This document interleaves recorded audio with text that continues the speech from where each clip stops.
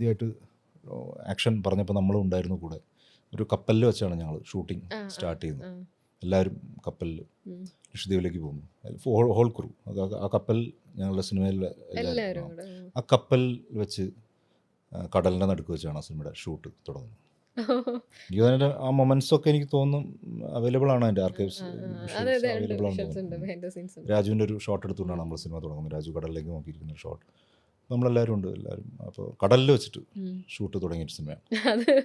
വളരെ സ്പെഷ്യലായിട്ട് പെട്ടെന്ന് വരികയും നമുക്കൊക്കെ ഓർക്കാൻ പറ്റുന്ന ഒരുപാട് മൊമെൻറ്റുകൾ ഉണ്ടാക്കിയിട്ട് പെട്ടെന്ന് അപ്രത്യക്ഷനാവുകയും ചെയ്ത സുഹൃത്താണ്.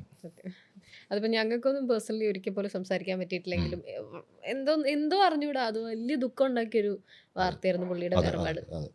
അല്ല, അത് ഒരാൾ വലിയ ഫോമിൽ ഇങ്ങനെ നിൽക്കുന്ന സമയത്ത് പെട്ടെന്ന് അയാൾ അപ്രത്യക്ഷനാവുന്നത് വലിയ സങ്കടം ഉണ്ടാക്കുന്നു. അയ്യപ്പനും കോശിയും തന്നു കഴിഞ്ഞു. അതെ അതെ, അത്രയും വലിയൊരു സിനിമ അവസാനം നിർത്തി വെച്ച് അങ്ങനെ വെച്ചു എന്നല്ല.